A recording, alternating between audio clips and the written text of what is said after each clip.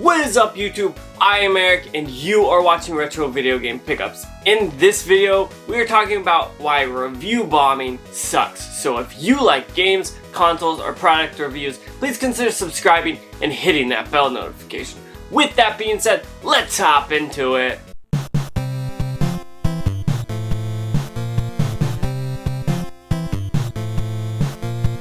So, yesterday, Pokemon Sword and Shield came out. It was released and people either loved it or they hated it, and that's not what we're talking about here, but we will talk about it just a little bit because that kind of plays into the topic at hand, and that is people review bombing games, basically. Like, even before this happened this past week, people were saying, thank you Game Freak for this, Game Freak lied, some other hashtags that weren't necessarily the nicest thing for gamers to say about Game Freak, and honestly, I think it sucks. I think people need to be more appreciative of things and they need to stop demanding so much. So first off, I want to say companies should not let, or I guess companies, websites should not let people review a game before it's even out. Now, I will take a step back from that. If you have critics and they're gonna review it, that's fine. But everyday people should not be able to review a game before it has been released because they're just pissed off at the game developer. Honestly, I noticed this with Metacritic, and I'm not hating on them, I'm just pointing it out here, is that a lot of people flooded that with terrible reviews for Pokemon Sword and Shield, which they'd never even played it. They've seen screenshots on Twitter, they've seen promotional stuff, but they didn't have the game on their hand, which I think is a big no-no. I think it is terrible that Metacritic let those people talk about that game in a manner that they did without even being able to honestly be able to play the game or review it. And so I think that's where we run into a problem nowadays, is everybody gets on these bandwagon kind of things like these tweets and just like to crap on something that's not even out. They've not even played it, they don't know what it looks like. Maybe they know what it looks like because people are reviewing it, but they haven't played it themselves to make their own judgments or decisions, and that kills me. Whenever I see a game that's fun and I review it and say, hey, this is a good game, I enjoyed it, I had fun, and people say, you're wrong, this game sucks, and here's why. Honestly, it's my decision. I play this game, and if I think it's fun, I think it's fun. That makes it a good game. Games are meant to be entertaining. They're not to be something that they're not, which people are hating on Pokemon Sword or Shield because it doesn't have all the Pokemon that it has, or that of the Pokedex. And honestly, that's not a big deal. This is a separate game. This does not have to have every single Pokemon that has ever existed. And a lot of people complain about that. Now, I will say this. If they had marketed it as Pokemon Ultimate, like they did Super Smash Bros. Ultimate, and had all those characters from all those games, all those levels and everything, that's where I would be okay with people getting pissed off at Pokemon Sword and Shield. But honestly, that's not what they have to deliver to you. They do not have to put every single Pokemon in the game. Now, I know people will refute this by saying, but you gotta catch them all.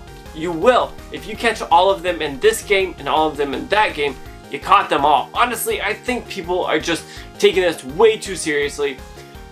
It's a game. Everyone loves these games. Pokemon is worldly renowned and people love to talk about it. Now, when that happens, also you get those people that love to hate on things, and I think that is what's happening right here. Now, when I looked at the Metacritic score, it was like an 80 something, I believe. Let me pull it back up. It was an 81.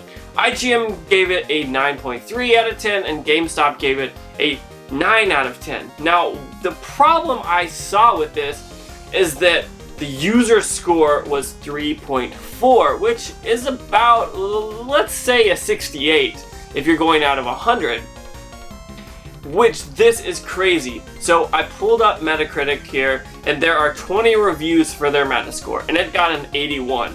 Now, whenever it goes to the user score, it got a 3.4 out of 1,400 game reviewers, and which is absolutely crazy. So I looked at this and I noticed one thing.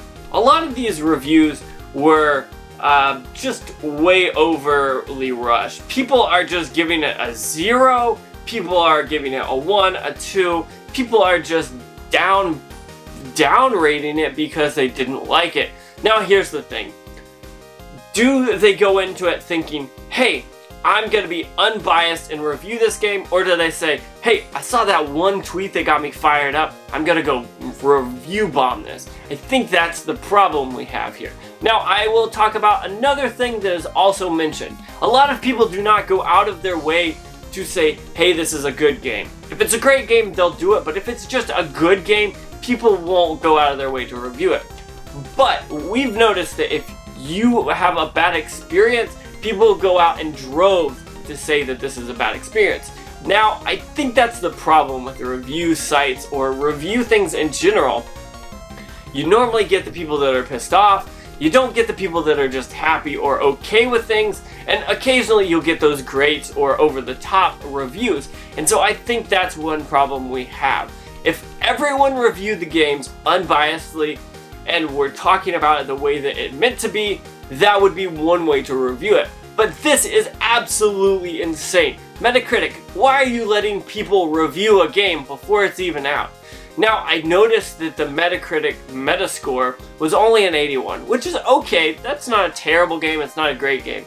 But I think one thing happens, is people come into this, they're thinking, this is the first home console Pokemon game. Now, it's also portable because of the Switch, and people are just blowing up about it. Like, why are you reviewing this so badly? Now, I want to take one step back as well.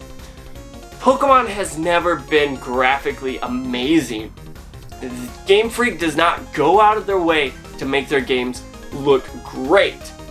And I'm saying this because I'm a big fan of Pokemon games. Now, I, as a game player, don't care if it's the best visual as I can get.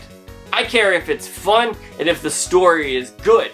And these people that I've noticed have been going off because it doesn't look good. And I think this is where people are starting to get spoiled as gamers. You've got those games that look absolutely amazing, but their story is lacking. It's not really a fun game, and people love those games. And here we are with a game that I think people need to relax a bit about, because honestly, you're getting mad about something that someone has put in their time and energy and are creating something that you want to watch, you want to play. And so I think this is an entertainment value that has definitely been added from Game Freak to everyone with the Nintendo Switch, because this is the first real Pokemon game that we're getting on the Switch. I know Let's Go Eevee and Let's Go Pikachu was released, but that was a rehashing of Gold, so, or wait, it was Yellow, I think. Either way, I want you guys to know that I am a huge fan of Pokemon games. Like literally, right here next to me, I have this Pikachu that I got last week. You guys, or last month. You guys know I enjoy games, and I enjoy Pokemon games. So when I see people in the fandom just destroying Game Freak, I think they need to take a step back and look at it for what it is. If you go back and play any of those 3DS games, you do not expect to get the best graphics. You're not putting it on an Xbox One or a PS4 for those 360 or 3DS games. So why are people freaking out now? Never have we gotten a game other than Let's Go Pikachu and Let's Go Eevee that was phenomenally looking great. And I think this is where kind of people need to step back. Pokemon games are meant to be story driven. They're meant to be fun. And I think that's what people are lacking in these review bombs, is they're going out and saying, hey, that's trash, without really even playing it. They're just looking at it and saying, it's a Pikachu or a Pokemon game, but it doesn't look great. And I think that's where you guys kind of have to take a step back. But I want to know what you think. A lot of people have been review bombing this, and I think that is a shame. And I'm picking Pokemon Sword and Shield because this is something that is recent. It happened yesterday, and everyone is up in arms and everyone's talking about it. And I just kind of felt like the need to bring it up to you guys and say, hey, people are review bombing this. Should it be happening? And why is it happening? People aren't thinking through things. They're just going to the internet, being that internet warrior that they think they can be, and commenting bad things or bad reviews. And I think this is detrimental to everyone all around. If Game Freak decides, hey, that game didn't do well, we can't make money, we're not going to keep making Pokemon games, I think people are going to be disappointed. So I think you need to go and take a better look at what you're saying and actually go unbiased, play these games, review them after you've finished them and had either a lot of fun or nitpicked the crap out of it. So I want to say, if you're going to review something, make sure you've talked about it before, and I'm not pointing out any names or anything like that. Just overall, it looks like everyone has been dumping on Pokemon Sword and Shield, and I think you definitely need to play it before you talk bad about it. So with that being said, I want to know what you think. Comment down below in the description or in the comments and tell me whether or not you like the game, you disliked it, what do you think about review bombing? So with that being said, I want to say thank you so much for watching. Don't forget to like, comment, subscribe. Make sure you hit that bell notification because it lets you know when I post more videos, which is every Tuesday, Thursday, and Saturday. And honestly, occasionally I'll sprinkle in a Monday video. But I want to say one last time, thank you so much for watching, and make sure you have a good day.